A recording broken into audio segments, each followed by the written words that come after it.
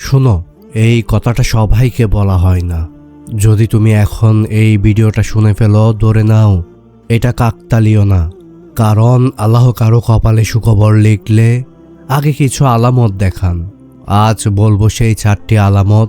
এখান থেকে একটাও যদি তোমার সাথে মিলে যায় তাহলে শেষ পর্যন্ত শুনবে। 1 নাম্বার, হঠাৎ করে তুমি একা থাকতে ভালোবাসছো।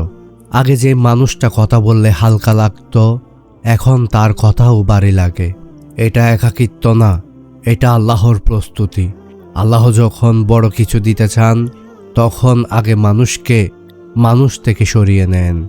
2 নাম্বার, রাতে ঘুম ভাঙে, চোখ ভিজে যায় কিন্তু কান্না আসে না।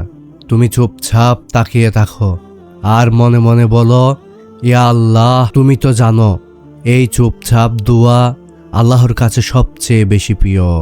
3 নাম্বার, তুমি ভেঙে পড়ছো কিন্তু অভিযোগ করছো না। মানুষ হলে অভিযোগ করত, চিৎকার করত, কিন্তু তুমি শুধু বলছো আল্লাহ ভরসা। এই ধৈর্যই প্রমাণ করে তোমার কপালে কিছু আলাদা লেখা হচ্ছে।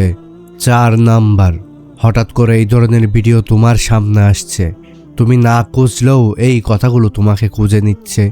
এটা অ্যালগরিদম না, এটা আল্লাহর ব্যবস্থা। কারণ সুখবর দেওয়ার আগে আল্লাহ মানুষকে আশা দিয়ে শক্ত করেন।